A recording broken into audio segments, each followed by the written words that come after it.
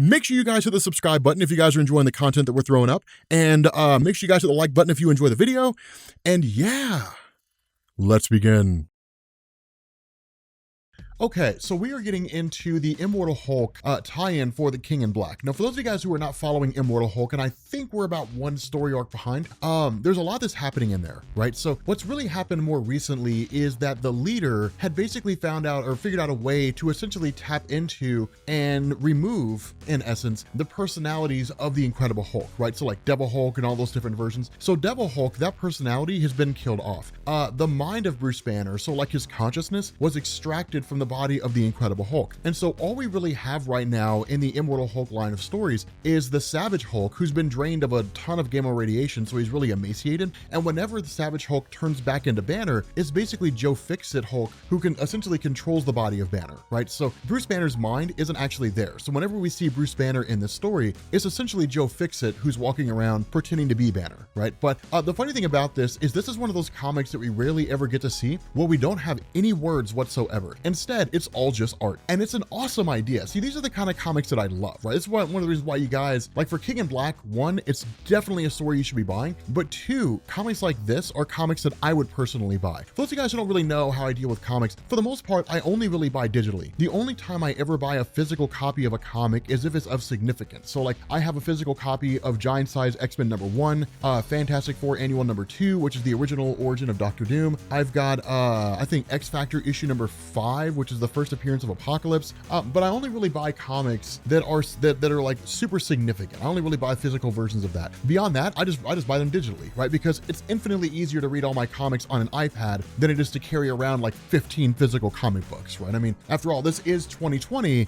Digital is the name of the game, at least for me anyway. So one of the cool things about this is that what you have here is essentially like Christmas Eve, more or less, right? Now this takes place, of course, after Null has basically descended onto New York and presumably the rest of the world. But one of the funny things that's shown here is that when we initially saw the King in Black one-shot, it basically looked like all was lost, right? That like all humanity was conquered, all was lost. It was the end of the day for everybody. What this really points to is the idea that it's not necessarily all is lost, that a lot of people are in hiding, right? A lot of people are kind of retreating and trying to stay hidden away from being attacked by Null, but that New York in and of itself, in terms of the heroes that we know, have more or less fallen, right? And a lot of this comes by way of a guy who's just making his way through the street, right? Taking some presents, some different things that he has, and trying to leave. But when he drops one of these gifts, he's suddenly met by the arrival of the Immortal Hulk. Now again, the Immortal Hulk is drained of a ton of gamma radiation, and that's why he's not nearly as huge as he normally is. He's still strong as all get out. Like, make no mistake, he's by no means like on par with like the average guy, right? It's not like, you know, Immortal Hulk versus Captain America, who's gonna win an arm wrestling contest. It's not really like that. He's still super strong, just not necessarily where he used to be in terms of all his abilities and all that kind of stuff. But this guy basically sees him and is scared out of his wits, right? He's just like, what in the heck? So he takes off running. Now, when this present drops, the Immortal Hulk, because of the fact that he's basically a childlike savage beast, reacts the way a child would, right? Like, presents, you know, and then just goes to grab it. But then suddenly he's met by the arrival of one of the Grendels of Null. And this is where things get interesting. Now, the funny thing about this is that when it comes to Savage Hulk in Marvel Comics, over the years, he's largely been displayed in a few different ways, but those ways have essentially been limited, right? So either you see what is in essence a childlike persona, not insofar as like he acts like a kid, but in the sense that he thinks like a kid, right? He thinks in simple terms, that he's not by any means the sharpest tool in the shed. The idea that the Savage Hulk always wanted to be left alone, right? He just wanted to live in peace. There was a time, and I think it was either doing Roy Thomas or Bill Mantlo or Peter David's run, or maybe all three, where he basically just kind of wanted to live out in the wilderness on his own and just be left alone, right? And people just kept running up on him and causing him problems. I want to say that was Roy Thomas, because that was when the whole arcs about General Thunderbolt Ross really started to take off in terms of him being a villain for the Immortal Hulk. But in terms of how he's shown here, which is a very, very childlike person, right? So the Incredible Hulk operating and thinking on the level of like a 4 or a 5-year-old is not really something that we've seen before. We haven't really seen him depicted exactly in that way. And so one of the things that happens here is, of course, the Immortal Hulk basically ends up grabbing, you know, this streetlight post and then just like beats the crap out of the Grendel symbiote with it. Now, of course, this is by no means going to stop this thing, right? I mean, it's not going to work. But what happens in all of this, and this this is really a really cool moment. What happens in all this is that when the Grendel symbiote goes to seize control of the Immortal Hulk to take him over and then bring him into the fold as being a servant of Null, the Immortal Hulk grabs the stub where the light post used to be, and because of the electricity coursing through it, it goes through him and then into the Grendel, which basically fries the thing to, like, it totally incinerates it. And so that's kind of a cool thing, because I like this idea that the Savage Hulk is kind of this childlike lumbering beast that kind of bumps his way into success, because it still kind of maintains the nature of the Hulk. That by and large, the Incredible Hulk was just brute strength. That's all he really was. And there was a kind of element to there that, like, the Incredible Hulk did whatever the sort he needed him to do in order to win. But a lot of really classic and great writers, you know, Steve Englehart, even people like that, focused on the idea that the Incredible Hulk, despite being childlike and stupid, still had this sort of understanding of how to utilize the things around him. Right now, I'm not saying this childlike Hulk is like, okay, Hulk grab electric post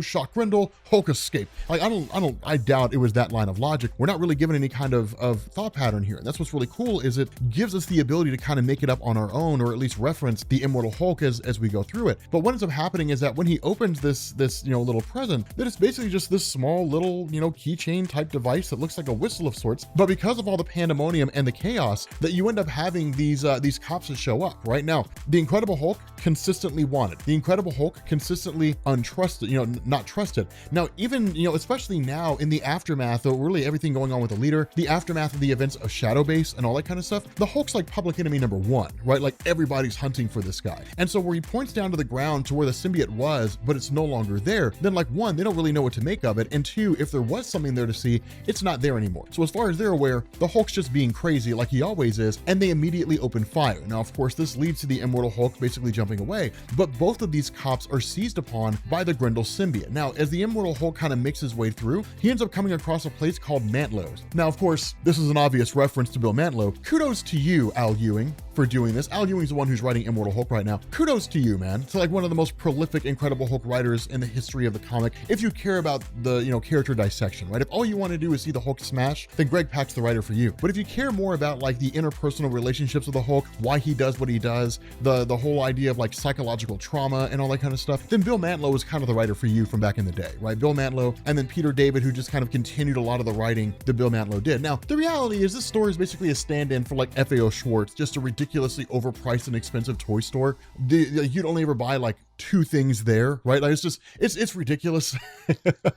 Kind of a funny story. Myself, Mariah, Sal, and Tiffany, and I think Ben and Ethan over at Comic Pop, and maybe Danielle, we all met up during the weekend that myself and Mariah were going to WrestleMania, and we all went to, like we went to eat and went to go shopping in New York, and we went to, like, FAO Schwartz, and it really is just that expensive, right?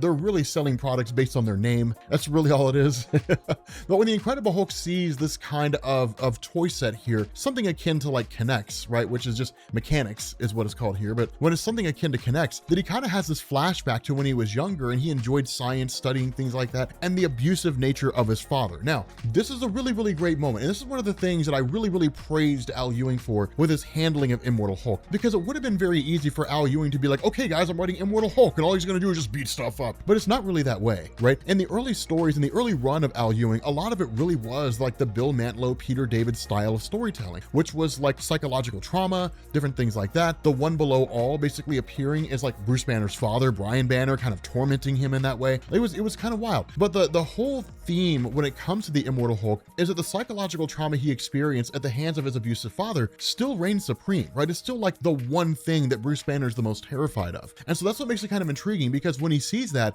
he immediately starts lashing out, right? Like a child, he doesn't really understand his emotions. He doesn't understand what he's feeling. And so all he does is take that lack of understanding and turn it into rage, right? And that's kind of how we as people are. Whenever we feel a certain way, but we don't really know how to interpret our emotions effectively by using our words, we turn to the most basic primal instinct, which is rage. It's the fight or flight, right? Like our emotions literally put us in a fight or flight mode, right? Like it's just, I don't know how to handle it, so just fight, just attack, just be angry. And that's kind of how, that's how you sort of differentiate between a rational thinking human being and a person who really is childlike in nature, right? A rational human being would kind of be like, okay, this is how I'm feeling. How do I interpret this? this and then go forward accordingly. A childlike human being would just immediately devolve to like rage and anger and just lash out at people, right? It's what kids do. And so because of that, the Immortal Hulk basically kind of transitions back into Banner again. Now remember, this is not technically Bruce Banner. It's the body of Bruce Banner, but the mind of Bruce Banner is occupied by Joe Fixit, right? The actual mind of Bruce Banner is just kind of out there in the ether somewhere. And it's just kind of out there, you know, taken away by the leader and doing its thing. And so with that being the case, of course, the Grendel manifests. Now this is something kind of twisted and something we don't really normally see, that the Grendel has actually merged both cops into one entity, right? So they're like a Cenobite from like the Hellraiser movies, the Hellraiser books from Clive Barker. Damn you, Clive Barker, for writing those books. The world is now a darker place because of the fact that Hellraiser was created. But this, of course, leads to really Joe Fixit Banner. We're just gonna call him Banner for the sake of it. Oh, you know, it leads to him just kind of making an escape and trying to figure out a way to come out on top. Now, this is one of the big differences between Joe Fixit and almost any other version of the Incredible Hulk. Almost all the other personalities of the Hulk, whether he was the Horseman War for Apocalypse or Savage Hulk or like, you know, World War Hulk or something like that. World War Hulk probably would have done this too. But one of the big differences is that Joe Fixit was a thinker. He was a guy who thought. He was by no means on the same level as Banner, but he would basically reason and rationalize his way out of different situations. That's what made him so dangerous, is it was a man who was exceedingly strong, but was also a guy capable of intelligent, rational thought. And so as the Grendel basically follows him into this toy store, he kind of starts making his way through, right? This Grendel's kind of slinking along and it's really twisted and morbid and really, you know, really macabre, to be honest with you guys. But Joe Fixit and, you know, really Banner's just kind of like, okay, so like we bide our time here, right? Like I know how to take this kind of guy out. Something else that's really awesome here is he's wearing bunny slippers, and those slippers look amazing. I would love to have some of those bunny slippers. I'd walk around those things like, hell yeah. Like, what's going on, guys? This is Rob, and I've got my bunny slippers on my feet. It'd be pretty awesome. But what he basically ends up doing, and this is what's so smart, what's so cool about Fixit, is he plots and he schemes, and he basically lures these guys into in front of like a giant speaker system, and then immediately sets the volume to 100 and puts it on blast. And like the sheer just impact of sound, right? Because remember, Grendels, just like any other symbiote out there, have an inherent weakness to sound. The sheer impact of sound literally scatters the Grendel symbiote almost all over the place, right? It certainly like takes away from these guys who have basically been dissolved and absorbed and that kind of a thing. But where it tries to begin reconstituting itself, he walks around, or he literally walks up on him with the stereotypical makeshift flamethrower, a candle and an aerosol can, and literally just sprays these guys down, right? Just sprays them down. It's like, yep, business is done. Like that's pretty much how we do it. When you mess with Joe Fixit, you mess with the best.